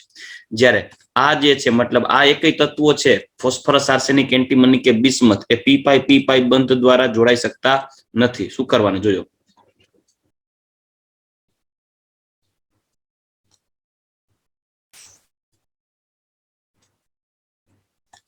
પી પાઈ બંધ ન બનાવે. શું કરવાને પી પાઈ ન બનાવે? કારણ કે તેમના માનો કે આર્સેનિક એન્ટીમની તરફ જાવ ને ત્યારે તેની બાહ્યતમ કક્ષકોના કદ હોય ને મોટા હોય, અબંધકારક ઇલેક્ટ્રોન યુગ્મ ધરાવતા હોય કે જ્યાં પી કક્ષકો બનાવવા હોય, મતલબ કે સોરી બાહ્યતમ પી કક્ષકો હોય એમના કદ મોટા હોય. કદ મોટા હોવાને કારણે એકબીજા વચ્ચે તીવ્ર અપાકર્ષણ ઉત્પન્ન થાય, પરિણામે એના પી પાઈ છે સ્થાયી નથી રહી શકતા. આથી આ બધા તત્વો છે ને એમાં નાઇટ્રોજન કેમ ટ્રિપલ બોન્ડ ફોર્મમાં હોય, એમાં આ બધા આર્સેનિક એન્ટીમની બિસ્મથ આ બધા સિંગલ બોન્ડ ફોર્મમાં હોય. યસ, બિસ્મથ એક એવો છે જે ધાત્વિક બંધ ધરાવે છે, જ્યારે આ બધામાં સિંગલ કોવેલેન્ટ બોન્ડ હોય, કોવેલેન્ટ બોન્ડ હોય, જ્યારે આમાં ટ્રિપલ બોન્ડ હોય, ત્રિબંધથી જોડાયેલા. આની બંધન ઉર્જા સૌથી વધારે હોય. બીજી વસ્તુ, નાઇટ્રોજન છે ને દ્વિપરમાણવીય અણુ ફોર્મમાં હોય, મતલબ ડાયએટોમિક દ્વિપરમાણવીય અણુ છે, જ્યારે આ બધા બહુપરમાણવીય છે, બહુપરમાણવીય. ચાલો રેડી, આટલું સમજાઈ ગયું બધાને? ઓકે, તો હા ચલો હવે આપણે આગળ વધીએ. તો નાઇટ્રોજન તત્વ, હું આ ભેગું ટેક્સ્ટ બુકના જ પોઈન્ટ હું સાથે સાથે નાખતો જાઉં છું ને રીડ કરતો જાઉં છું, જેથી કરી તમારે હવે એક્ઝામ ટાઈમે પાછું રીડ કરવું ને તો તમારા મગજમાં રહે. નહીતર હું ખાલી ભણાવી નાખું ને પછી વાંચવાનું તમારા ઉપર રાખું ને તો તમારો ટાઈમ વધારે વેસ્ટ જશે. એને કરતા બેટર છે કે હું જ તમને એકવાર વાંચી સમજાવું, જેથી કોઈ સ્ટેટમેન્ટમાં કોઈ ઇશ્યુ ના રહે. નાઇટ્રોજન તત્વ તેના નાના કદ, ઊંચી વિદ્યુત ઋણતા, ઊંચી આયનીકરણ ઉર્જા અને ડી કક્ષકોની અપ્રાપ્યતાને કારણે આ સમૂહના અન્ય તત્વોથી જુદું પડે. મતલબ કે નાનું કદ, ઊંચી વિદ્યુત ઋણતા, ઊંચી આયનીકરણ ઉર્જા અને ડી કક્ષકોની અપ્રાપ્યતા, મતલબ ડી કક્ષકોની ગેરહાજરી ને કારણે અન્ય તત્વો કરતા, એના સમૂહના અન્ય તત્વો કરતા જુદું પડી આવે. બીજી વસ્તુ, હજી જુદાપણું છે ને કે ભાઈ નાઇટ્રોજનના હાઇડ્રાઇડ હોય ને NH3, એમાં હાઇડ્રોજન બંધ હોય, જ્યારે બાકીના તત્વોમાં એટલે PH3, ASH3 એની અંદર હાઇડ્રોજન બંધ કેવો હોય? ગેરહાજર હોય. પરિણામે હાઇડ્રોજન બંધને કારણે એના ઉત્કલન બિંદુ ઊંચા હોય છે. રેડી, એના સમૂહના અન્ય તત્વો કરતા. જેન્યુઅલી કેવું હોય કે કદ વધે ને એમ સંપર્ક સપાટીનું ક્ષેત્રફળ વધે, ઉત્કલન બિંદુ વધે. નાઇટ્રોજનનું કદ તો તેના સમૂહના અન્ય તત્વો કરતા નાનું છે. આથી NH3 એમોનિયાનું કદ પણ PH3, ASH3 જેવા હાઇડ્રાઇડ કરતા કદમાં નાનું હોય. તો નાનું કદ હોવા છતાં એનું આંતરાણવીય આકર્ષણ બળ પ્રબળ છે, ઉત્કલન બિંદુ ઊંચું છે. એનું મેઇન રીઝન એક જ છે કે તેની અંદર હાઇડ્રોજન બંધ અવેલેબલ છે, જ્યારે બાકીના તત્વોના હાઇડ્રાઇડમાં હાઇડ્રોજન બોન્ડ અવેલેબલ નથી. બરાબર, ચાલો હજી જુદાપણું બતાવી શકીએ. હેલાઇડ સંયોજનની વાત કરીએ તો નાઇટ્રોજન છે NX5 ન બનાવી શકે, જ્યારે બાકીના તત્વો છે MX5 બનાવી શકે. આવા બધા ગુણધર્મો જુદાપણામાં દર્શાવી શકીએ, પણ આપણે હેલાઇડ અને ઓક્સાઇડમાં જોઈ લેશું ઇન્ડિવિજ્યુઅલ. બરાબર. બીજું, નાઇટ્રોજન તેની સાથે અને નાના કદ અને ઊંચી વિદ્યુત ઋણતા ધરાવતા અન્ય તત્વો લાઈક નાઇટ્રોજનની જ હારે અથવા નાઇટ્રોજન, કાર્બન અને ઓક્સિજન સાથે પણ પી પાઈ બહુબંધો બનાવવાની અદ્વિતીય ક્ષમતા ધરાવે છે. મતલબ સ્પેશિયલ કેરેક્ટર છે. પી પાઈ બોન્ડ દ્વારા નાઇટ્રોજન છે ઓક્સિજન સાથે પણ ડબલ બોન્ડ બનાવી શકે, કાર્બન વચ્ચે ટ્રિપલ બોન્ડ બનાવી શકે, કાર્બન નાઇટ્રોજન વચ્ચે પણ ટ્રિપલ બોન્ડ બનાવી શકે, નાઇટ્રોજન ઓક્સિજન વચ્ચે પણ ટ્રિપલ બોન્ડ બની શકે. રેડી, તો આવા ટૂંકની વિશિષ્ટ લાક્ષણિકતા ધરાવે છે. આ સમૂહના ભારે તત્વો પી પાઈ બંધો બનાવતા નથી. પી પાઈ બંધ ભારે તત્વો એટલે આ બધા ભારે તત્વોમાં આવે, આર્સેનિક, એન્ટીમની, બિસ્મથ. કારણ કે તેમની પરમાણવીય કક્ષકો એટલી મોટી અને વિસ્તૃત ફેલાયેલી હોય કે જે અસરકારક સંમિશ્રણ કરી શકતા નથી. આમ નાઇટ્રોજન તેના બે પરમાણુ વચ્ચે ત્રિબંધ S અને 2p કક્ષકો દ્વારા દ્વિપરમાણિક અણુ તરીકે અસ્તિત્વ ધરાવે. મતલબ કે ટ્રિપલ બોન્ડ બનાવે, એ ટ્રિપલ બોન્ડમાં એક S અને 2p કક્ષકોમાંથી SS કક્ષક વચ્ચે સિગ્મા બંધ અને બે અનહાઇબ્રિડ P કક્ષકો દ્વારા પાઈ બોન્ડ બને. Overall N triple bond N થાય. એવી રીતે તો એક S કક્ષક દ્વારા સિગ્મા અને બે P કક્ષક દ્વારા પાઈ બોન્ડ બની અને દ્વિપરમાણવીય અણુ N2 બનાવે છે. પરિણામે તેની બંધ એન્થાલ્પી ઘણી ઊંચી છે, કેમ કે બોન્ડ ઓર્ડર 3 છે, બંધ ક્રમાંક 3. યાદ રાખજો, બંધ ક્રમાંક જેમ વધે એમ બંધ ઉર્જા વધે. બરાબર, આથીની બંધ ઉર્જા 941.4 કિલો જૂલ પ્રતિ મોલ છે. આથી તે રાસાયણિક દ્રષ્ટિએ એટલું સક્રિય નથી. આથી ડાય નાઇટ્રોજન ગેસ એ રાસાયણિક દ્રષ્ટિએ કમ્પેરેટિવલી અન્ય વાયુઓ કરતા નિષ્ક્રિય છે. મતલબ ઓક્સિજન અને નાઇટ્રોજનની કમ્પેરિઝન કરીએ તો ઓક્સિજન કરતા નાઇટ્રોજન છે ને નિષ્ક્રિય છે, ઓછો સક્રિય છે. પરિણામે જોજો કે વેફરના પેકિંગની અંદર કે એની અંદર તમે જાઓ ને તો ઇનર્ટ એટમોસ્ફિયર ડેવલપ કરવું હોય ને, અથવા તો એને ઓક્સિડાઇઝ થતી રોકવી, વેફરના પેકિંગ બગડી ન જાય, વેફર હવાઈ ન જાય, એટલે બાલાજીની વેફર આવે પેકેટ આમ મોટું હોય, ખખડાવતા આમ તે કેટલી છે ખુલે તો 4-5 પત્તિકા નીકળે એની અંદરથી, કેમ કે એની અંદર નાઇટ્રોજન ગેસ ફિલ કરેલો હોય જે ઓક્સિડાઇઝ થતા રોકે, એટલે ખરાબ ન થાય. બાકી એ વેફરની પેકેટ છે તમે એકવાર ખોલીને મૂકી દો અને એક દી ન થાય તો હવાઈ જાય, ખરાબ થઈ જાય. બરાબર. આથી નાઇટ્રોજન છે રાસાયણિક દ્રષ્ટિએ નિષ્ક્રિય છે, એટલે નાઇટ્રોજન પેક કરવામાં આવે. તેનાથી ઉલટું ફોસ્ફરસ, આર્સેનિક, એન્ટીમની એ PPASAS અને SbSb એવા એકલ બંધ બનાવે, મતલબ કે કોવેલેન્ટ બોન્ડ હોય, સહસંયોજક બંધ. જ્યારે બિસ્મથ છે તાત્વિક અવસ્થામાં તાત્વિક બંધ ધરાવે, કેમ કે મેટાલિક છે. બરાબર. બિસ્મથમાં કોવેલેન્ટ બોન્ડ નથી. બીજી વસ્તુ હજી જુદા પણ કહી શકાય, નાઇટ્રોજનના અપરૂપો નથી, બાકીના તત્વોના અપરૂપો છે. ચલો રેડી. Next point. નાઇટ્રોજન એક બંધ, ફોસ્ફરસ એક બંધ કરતા નબળો હોય. કારણ એ તમને કહી દઉં, નાઇટ્રોજન એક બંધ, ફોસ્ફરસ એક બંધ કરતા શું કરવાનું નબળો હોય? કારણ કે ટૂંકી બંધ લંબાઈને લીધે અબંધકારક ઇલેક્ટ્રોન યુગ્મનું આંતર ઇલેક્ટ્રોનની અપાકર્ષણ વધી જાય. કેમ કે નાઇટ્રોજન વચ્ચેનું અંતર નાનું હોય અને ફોસ્ફરસ વચ્ચેનું અંતર મોટું હોય, તો આના ઉપર રહેલા અબંધકારક ઇલેક્ટ્રોન યુગ્મ એકબીજાને પ્રબળતાથી શું કરે? અપાકર્ષે. પરિણામે આ અનસ્ટેબલ બની જાય. જ્યારે ફોસ્ફરસમાં કેવું હોય કે ડિસ્ટન્સ વધારે હોવાને કારણે તેમની વચ્ચે રહેલા અપાકર્ષણ બળ કમ્પેરેટિવલી નાઇટ્રોજન કરતા ઓછા હોય. આથી આ થોડાક સ્ટેબલ રહે, કેમ કે એની અંદર બે કક્ષકો વચ્ચેનું અપાકર્ષણ બળ ઓછું હોય. ધ્યાન રાખવાનું, નાઇટ્રોજન વચ્ચેના સિંગલ બોન્ડ, નાઇટ્રોજન વચ્ચેના સિંગલ બોન્ડ, નાઇટ્રોજન વચ્ચેના એકલ બોન્ડ ફોસ્ફરસ એકલ બંધ કરતા નબળા હોય, કારણ કે ટૂંકી બંધ લંબાઈને લીધે અબંધકારક ઇલેક્ટ્રોન યુગ્મનું આંતર ઇલેક્ટ્રોનીય અપાકર્ષણ વધે. યાદ રાખજો, સંગત અસંગત વિધાનો કે નીચેના પૈકી કયું વિધાન સાચું છે એવા પ્રશ્નોમાં આવા લીટીઓ આવી શકે. બરાબર. ટેક્સ્ટ બુકના વર્ડ ટુ વર્ડ વાંચ્યું હોય તો આવું ધ્યાનમાં આવી શકે. પરિણામે નાઇટ્રોજનમાં કેટેનેશન વલણ નબળું પડે છે. નાઇટ્રોજનનું કેટેનેશનનું વલણ એટલે નબળું છે. કાર્બનમાં કેટેનેશનનું વલણ વધારે છે. તો આ પણ પૂછી શકે ને, રીઝન આપો, કેટેનેશનનું વલણ શું કરવાનું ઓછું છે નાઇટ્રોજનમાં? કારણ કે નાઇટ્રોજનમાં એક નાઇટ્રોજન બીજા નાઇટ્રોજન પરમાણુ સાથે સિંગલ બોન્ડ દ્વારા જ્યારે જોડાઈને કેટેનેશનનું વલણ બતાવવા જાય, ત્યારે એક સિંગલ બોન્ડ થી જ્યારે નાઇટ્રોજન જોડાય ત્યારે અપાકર્ષણ બળને કારણે એ બંધ સ્થાયી નથી રહી શકતો. એટલે કેટેનેશનનું વલણ કમ્પેરેટિવલી ઓછું છે. કમ્પેરેટિવલી કહું છું, મતલબ કાર્બન કે એના કરતા ઓછું છે. નાઇટ્રોજનના રસાયણ વિજ્ઞાનને અસર કરતું બીજું પરિબળ તેની સંયોજકતા કક્ષામાં ડી કક્ષકોની ગેરહાજરી. ડી કક્ષકોની ગેરહાજરી હોવાને કારણે તેમાં 4 કરતા વધારે બંધ ન બની શકે. ચાલો, આટલી વસ્તુ ક્લિયર થઈ? હા. ઓકે.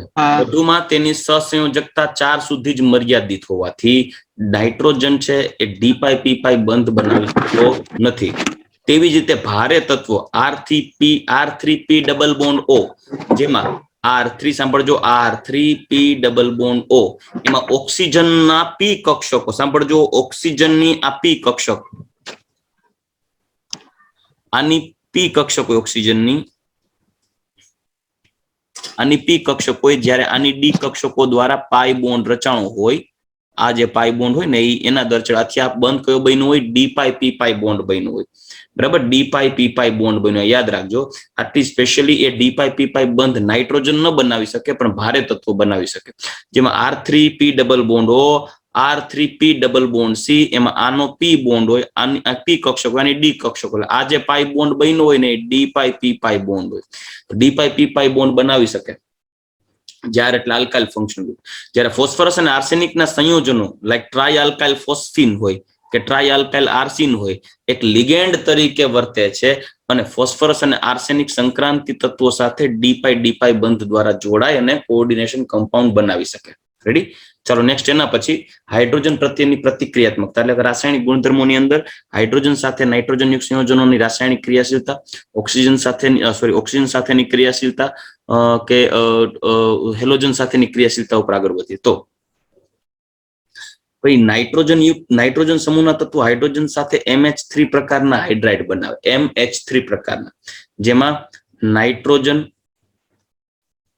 હાઇડ્રોજન સાથે જોડાય ત્યારે NH3 બનાવે, NH3, PH3, ASH3, SBH3 અને BiH3. બરાબર.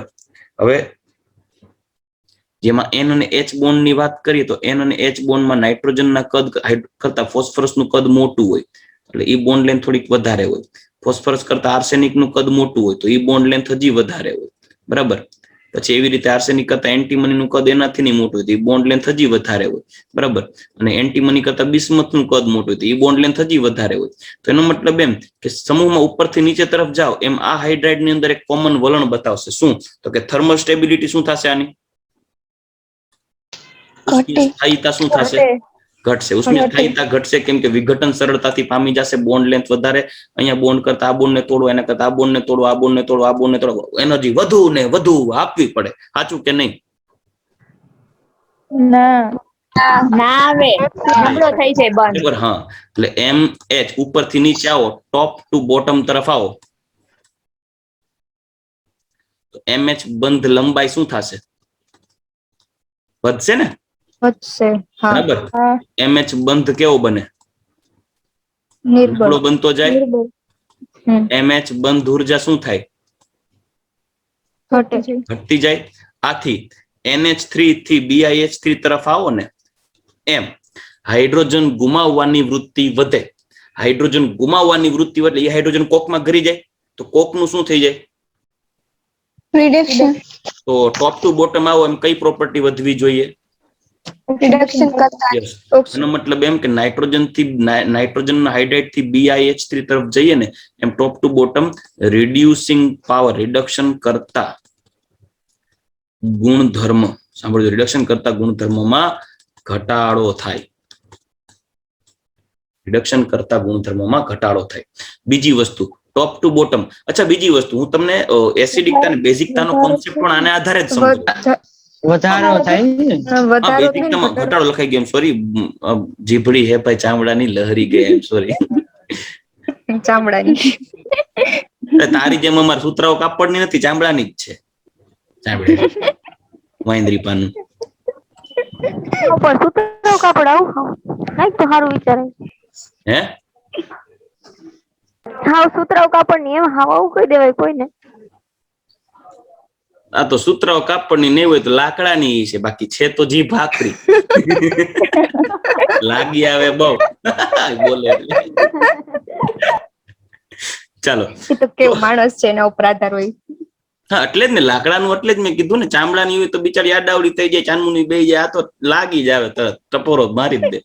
ચાલો, હવે નાઇટ્રોજન થી બિસ્મથ તરફ આવી એમ એને હાઇડ્રાઇડ ની એસિડિકતા અને બેઝિકતાનો કોન્સેપ્ટ વિચારીએ તો એકચ્યુઅલી એ કોન્સેપ્ટ આપણે કંઈક અલગ રીતે જોઈએ. લાઈક હાઇડ્રોજન ગુમાવવાની વૃત્તિ જે હોય એને આપણે શું કહીએ છીએ? ઓક્સિડેશન ગુણધર્મ કહીએ છીએ કે નહીં? બરાબર. એક સેકન્ડ, 1 સેકન્ડ.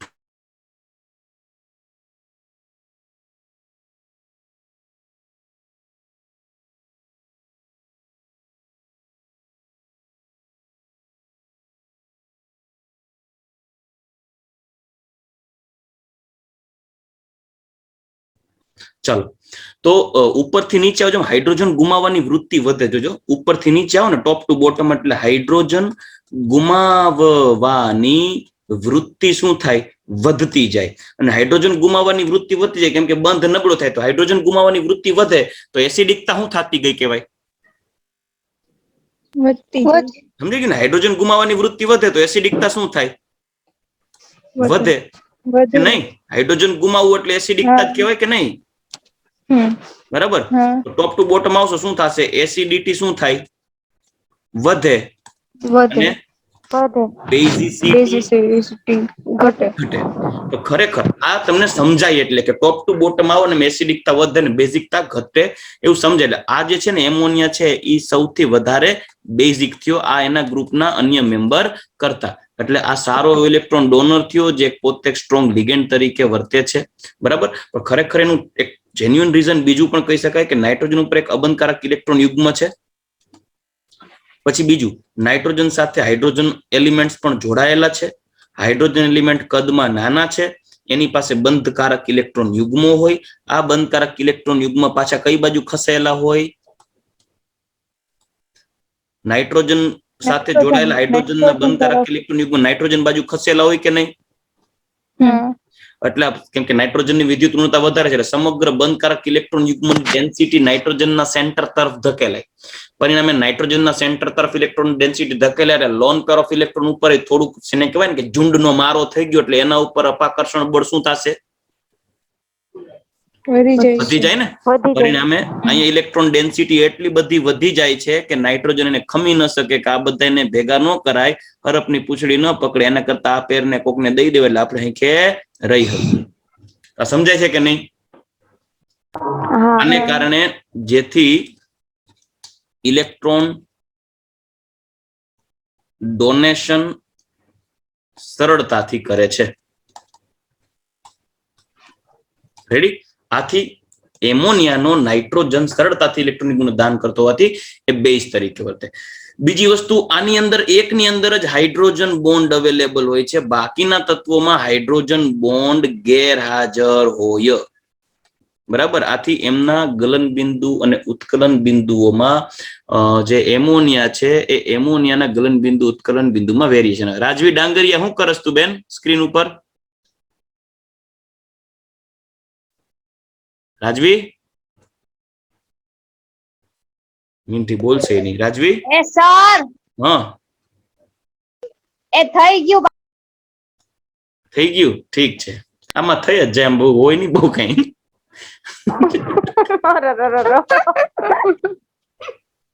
તમે પણ હવે ચોખટ થઈ જાઓ. ચાલો, હાઇડ્રોજન પ્રત્યે પ્રતિક્રિયાત્મકતા. સમૂહ નંબર 15 ના બધા તત્વો EH3, અહીંયા આપણે એમ કીધું છે, ટેક્સ્ટ બુકમાં ઈ કીધું છે, બે એક જ થયું. EH3 પ્રકારના હાઇડ્રાઇડ સંયોજનો બનાવે, જેમાં ઈ એટલે નાઇટ્રોજન, ફોસ્ફરસ, આર્સેનિક, એન્ટીમની અથવા બિસ્મથ. આ હાઇડ્રાઇડ સંયોજનોના કેટલાક વિશિષ્ટ ગુણધર્મો આપણે આ કોષ્ટકની અંદર આપેલા છે. આ હાઇડ્રાઇડ સંયોજનોના ગુણધર્મો નિયમિત ક્રમશઃ એટલે ગ્રેડેશન ક્રમશઃ વલણ ધરાવે, નિયમિત વલણ એનો વેરિએશન પ્રોપર બતાવે. હાઇડ્રાઇડ સંયોજનની સ્થાયીતા NH3 થી BiH3 તરફ શું થશે? ઘટતી જશે, કારણ કે તેની બોન્ડ એન્થાલ્પી ઘટતી જાય, કેમ કે બંધ લંબાઈ વધતી જાય. એટલે આ એનો જે સ્થાયીતા ઘટવાનો જે વલણ છે એ વિયોજન એન્થાલ્પી દ્વારા અવલોકી શકાય છે. ચાલો, આટલું ક્લિયર થયું? પરિણામે હાઇડ્રાઇડ સંયોજનોનું રિડક્શન કરતા વલણ પણ વધી જાય, જે આપણે લખ્યું, જો રિડક્શન કરતા ગુણધર્મમાં વધારો થાય. રિડક્શન કરતા વલણ કહેવાય અને રિડ્યુસિંગ પ્રોપર્ટી પણ કહી શકો. યાદ રાખજો, ઘણાની ચોટલી એમ કીધું થઈ સર કે રિડક્શન કરતા પ્રબળતા રિડ્યુસિંગ પ્રબળતાનો શું ફેર? બરાબર, ઘણાને પ્રોબ્લેમ થાય. હું ભણતો ત્યારે હું પણ આવી જ બાબતોમાં હલવાઈ જતો હોય કે રિડક્શન કરતા ને રિડ્યુસિંગ પ્રોપર્ટી એટલે મને ખુદને એવું થતું કે રિડક્શન કરતા એટલે રિડક્શન કરી નાખે, રિડ્યુસિંગ પ્રોપર્ટી એટલે પોતાનું રિડક્શન પામવાની પ્રોપર્ટી. ખરેખર એવું નથી હોતું. રિડ્યુસિંગ પાવર, રિડ્યુસિંગ પ્રોપર્ટી કે રિડ્યુસિંગ એજન્ટ તરીકેની વર્તન બધું એક જ તરીકે કન્સિડર કરવું. ક્યાંક કદાચ લખવામાં ભૂલ થઈ ગયું પણ કહેવાનો અર્થ જ થતો હોય. બરાબર, રિડક્શન પામવાનું વલણને બદલે રિડક્શન કરતા ઓક્સિડેશન કરતા વલણ વધારે દર્શાવેલા હોય. ચાલો, બધા હાઇડ્રાઇડ સંયોજનો પૈકી એમોનિયા માત્ર એક જ એવું છે જે મંદ રિડક્શન કરતા છે. કેમ? કેમ કે એનું હાઇડ્રોજન સરળતાથી મુક્ત થતો નથી. બીજી વસ્તુ, BiH3 સૌથી પ્રબળ રિડ્યુસિંગ એજન્ટ છે, કેમ કે એનું હાઇડ્રોજન તો અમે બિસ્મથ ને કોઈને કોઈ દી મેં બાપે માર્યા વેર છે. જુઓ ને કેટલું ડિસ્ટન્સ છે. બરાબર, બે માણસ ભેગા રહીએ તો ચેટા રહીએ, એટલું ડિસ્ટન્સ સરળતાથી વયું જાય. બરાબર, એટલે પ્રબળ રિડ્યુસિંગ એજન્ટ છે.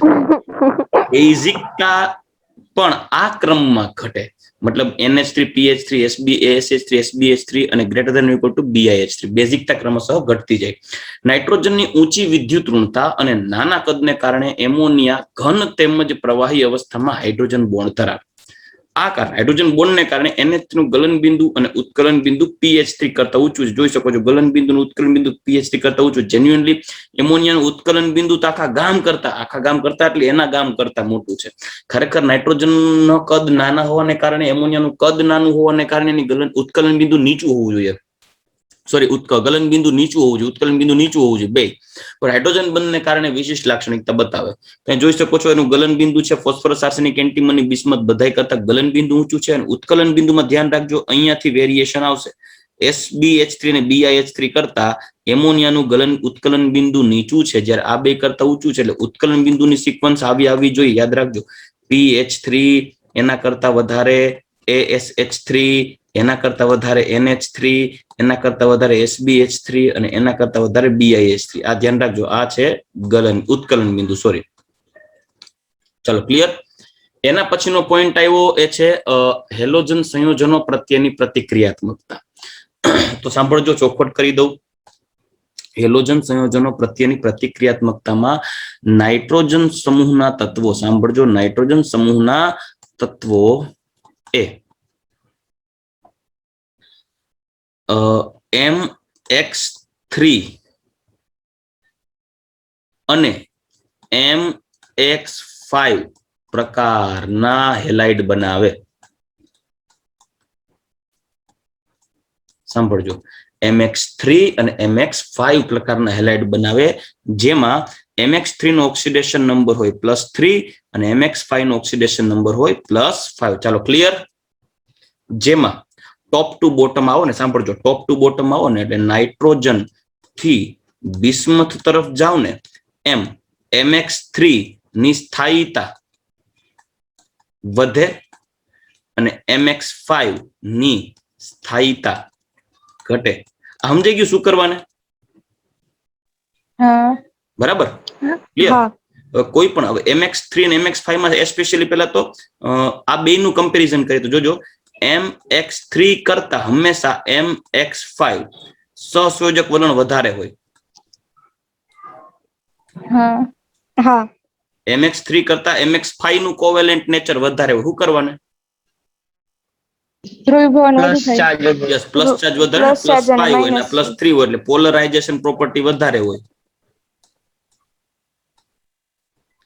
બીજી વાત યાદ રાખજો, MX3 કરતા MX5 ની પોલરાઇઝેશન પ્રોપર્ટી વધારે કે સહસંયોજક વલણ વધારે. બીજી વસ્તુ, નાઇટ્રોજન ની વાત કરીએ તો નાઇટ્રોજન છે NF3 સિવાયના ટ્રાય હેલાઇડ નથી બનાવતો. આ સ્થાયી છે, મતલબ આ બનાવે, જ્યારે NCl3 કે NBr3 કે NI3 બનાવતો નથી. શું કરવાને? એ કેવા છે? એક્સપ્લોઝિવ છે, અનસ્ટેબલ છે. NF3 છે એની સ્થાયીતા કમ્પેરેટિવલી ઓછી છે, જ્યારે MX5 તો બનાવી જ નહીં શકે. શું કરવાને? NX5 તો બનશે જ નહીં. શું કરવાને? ડી કક્ષક. ચાલો રેડી. આ એક ખાસ બીજી વસ્તુ, MX5 માં જ્યારે સ્ટેબિલિટી ઇન્ટરનલી ડિસ્કશન કરવામાં આવે ને, તો આપણે MX3 MX5 માં ટોપ ટુ બોટમ જાવ છે, નાઇટ્રોજન, ફોસ્ફરસ, આર્સેનિક, એન્ટીમની બિસ્મથમાં MX5 ની સ્ટેબિલિટી ઘટે. એટલે આપણે ખબર છે કે BiX5 કરતા BiX3 વધુ સ્થાયી છે, જ્યારે ફોસ્ફરસમાં PCl5 અને PCl3 માં PCl5 ની સ્ટેબિલિટી હોય. એ આપણે ખ્યાલ છે. ટોપ ટુ બોટમ સ્ટેબિલિટી ઘટતી જાય, પણ ઇન્ટરનલ સ્ટેબિલિટીનો મતલબ એમ કહી શકે એક જ ટાઈપના હેલાઇડ હોય, લાઈક PCl5, PBr5 ને PI5, એમાં સ્ટેબિલિટી આવી હોય. સમજાઈ ગયું? આ સ્ટેબલ ન હોય. PI5 ને PBr5 બને જ નહીં. એમાં PBr5 ને PI5 તો હાવ ન બને. શું કરવાને? કેમ કે ફોસ્ફરસ નું કદ હોય હાવ નાનું, ફોસ્ફરસ નું કદ હોય નાનું, અને આયોડિન હોય ડાઘિયા કૂતરા. હવે આવડા મોટા 5 જો એકાબીજા જોઈન્ટ થાય તો વચ્ચે એવડું મોટું ફાંડું રહે ને કે એમાં ફોસ્ફરસ તો નાનો આમ હવામાં આટા માર્યા કરતો હોય, મતલબ એકબીજાને સ્પર્શી જ ન શકે, આકર્ષિત ના શકે, એટલે પ્રેક્ટિકલી પોસિબલ જ ન બને. સમજાઈ ગયું? એટલે PI5 ન બને. એટલે યાદ કરો, હેલોજન કન્ટેનિંગ કમ્પાઉન્ડમાં હેલોજન એટલે કે હેલો આલ્કેન અને હેલોએરિનમાં આલ્કોહોલમાંથી આલ્કાઇલ હેલાઇડની બનાવટમાં યાદ હોય તો PX3 ને PX5 માં PX3 માં PI3 નો લેતા. યાદ કરો, એમાં ફ્લોરિન ને બ્રોમિન જ આવતું PX3 માં. યાદ આવ્યું? અને PX5 માં PCl5 જ લેતા. PBr5 કે PI5 સ્ટેબલ ન હોય, પણ તમારે આલ્કાઇલ હેલાઇડ બનાવવું હોય તો, આલ્કાઇલ આયોડાઇડ બનાવવું હોય તો તેના માટે સ્પેશિયલી યાદ કરો, red phosphorus plus I2R reaction કરાવતા. યાદ આવે છે? ઇન્સ્ટન્ટ બને ખરા, ઇન્સ્ટન્ટ બને ખરા, પણ બનીને તરત વિઘટિત થઈને રાસાયણિક પ્રક્રિયામાં ભાગ લઈ લે. બરાબર? કેમ કે પોતે સ્ટેબલ નથી. ચલો, આટલી વસ્તુ ક્લિયર થઈ? ચાલો હવે અહીંયા જુઓ, અહીંયા એક સ્પેશિયલી મેં BiF3 કીધું તો પેલા BiF3 સિવાયનામાં BiF3 માં બિસ્મથના ટ્રાયફ્લોરાઇડ છે વધારે સ્ટેબલ છે, બિસ્મથના ટ્રાય હેલાઇડ વધારે સ્ટેબલ છે, આપણે પહેલા જોઈ ગયા. ચાલો આપણે વન બાય વન ડિસ્કશન કરીએ. આ તત્વો હેલાઇડ સંયોજનોની શ્રેણીઓ EX3 અને EX5 બનાવવા માટે પ્રક્રિયા કરે છે. નાઇટ્રોજન તેની સંયોજકતા કક્ષકોમાં ડી કક્ષકોની અપ્રાપ્યતાને કારણે પેન્ટા હેલાઇડ બનાવતા નથી. આ પેન્ટાહેલાઇડ સંયોજનો ટ્રાય હેલાઇડ સંયોજનો કરતા વધુ સહસંયોજકો, એ આપણે જોઈ ગયા. આમ થવાનું કારણ તેની ધ્રુવીભવન ક્ષમતા વધુ હોય. આમ થવાનું કારણ પેન્ટાહેલાઇડ સંયોજનમાં +5 ઓક્સિડેશન અવસ્થા હોય છે, જ્યારે ટ્રાયહેલાઇડ સંયોજનમાં +3 ઓક્સિડેશન અવસ્થા હોય છે. જો કે +3 ઓક્સિડેશન અવસ્થા ધરાવતા તત્વો કરતા +5 ઓક્સિડેશન અવસ્થા ધરાવતા તત્વોની ધ્રુવીભવન ક્ષમતા વધુ હોય, તેથી પેન્ટાહેલાઇડ સંયોજનોમાં સહસંયોજક વલણ વધુ હોય. ચાલો આટલું ક્લિયર. હા. નાઇટ્રોજન સિવાયના બધા તત્વોના ટ્રાયહેલાઇડ સંયોજનો સ્થાયી હોય. નાઇટ્રોજનના કિસ્સામાં માત્ર NF3 જ સ્થાયી હોય છે, જ્યારે BiF3 સિવાયના ટ્રાયહેલાઇડ સંયોજનો મુખ્યત્વે સહસંયોજક સ્વભાવના હોય. યાદ રાખજો, આ BiF3 કયો નેચર થયો? આયોનિક નેચર હોય. શું કરવાને? કેમ કે આ ધાતુ તત્વ છે ને, ધાતુનો કોવેલેન્ટ બોન્ડ બનાવવાનો નેચર કમ્પેરેટિવલી ઓછો હોય. એટલે BiF3 આયોનિક છે, પછી પેન્ટાહેલાઇડ હોય તો પાછા કોવેલેન્ટ થઈ જાય, જ્યારે BiF3 સિવાયના ટ્રાયહેલાઇડ બધા તત્વોના સહસંયોજક હોય. ચાલો નેક્સ્ટ પોઈન્ટ ઉપર આગળ વધીએ. એની અંદર આ એક બાબતને ખાસ ધ્યાન રાખજો, સ્ટેબિલિટીમાં PX5 હોય કે PX3 હોય, MX3 હોય કે MX5 હોય, પણ X માં ક્લોરાઇડ, બ્રોમાઇડ અને આયોડાઇડ તરફ જાવ ને એમ સ્ટેબિલિટી ઓર્ડર શું થતો જાય? ઘટતો જાય. ધ્યાનમાં રહે. ચાલો નેક્સ્ટ એના પછીની વાત કરીએ, ધાતુ પ્રત્યેની પ્રતિક્રિયાત્મકતા. ઓક્સિજન પ્રત્યેની પ્રતિક્રિયાત્મકતા ખાઈ ગયા, પેલા ધાતુ પ્રત્યે જોઈ લઈએ. આ બધા જ તત્વો ધાતુ સાથે પ્રક્રિયા કરીને -3 ઓક્સિડેશન આંક ધરાવતા દ્વિઅંગી સંયોજનો બનાવે, ડાયમર. એ સક્રિય ધાતુ સાથે પ્રક્રિયા કરે, જેમાં Ca3N2, કેમ કે નાઇટ્રોજન છે -3 ઓક્સિડેશન આંક બતાવે, અને Ca+2 હોય તો ઇસ્કીટોપી ઉસ્કેસર પ્રમાણે Ca3N2 કેલ્શિયમ નાઇટ્રાઇડ બનાવે. બરાબર. ફોસ્ફરસ સાથે પ્રક્રિયા કરી કેલ્શિયમ ફોસ્ફાઇડ બનાવે. આર્સેનિક, સોડિયમ હોય એને પ્લસ હોય ને As-3 તરીકે પ્રક્રિયા કરશે, કેમ કે આની વિદ્યુતઋણતા ઓછી હોય મેટાલિક પ્રોપર્ટીને કારણે, તો એ બનશે Na3As. સમજાય કે નહીં? આના 3 લેવા પડે ઇલેક્ટ્રિકલી બેલેન્સ થવા માટે.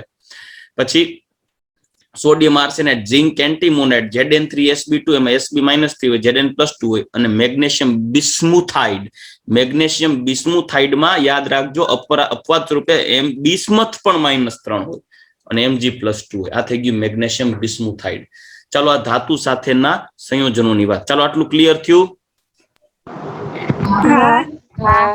હવે ઓક્સાઇડ સંયોજનની વાત કરીએ તો ઓક્સિજન સાથે પ્રક્રિયામાં આ બધા જ સંયોજનો M2O3 અને M2O5 પ્રકારના ઓક્સાઇડ બનાવે, જ્યારે નાઇટ્રોજનના ઓક્સાઇડ તો ઢગલા થઈ પડે, NO, NO2, N2O, NO, N2O3, N2O4 અથવા તો NO2.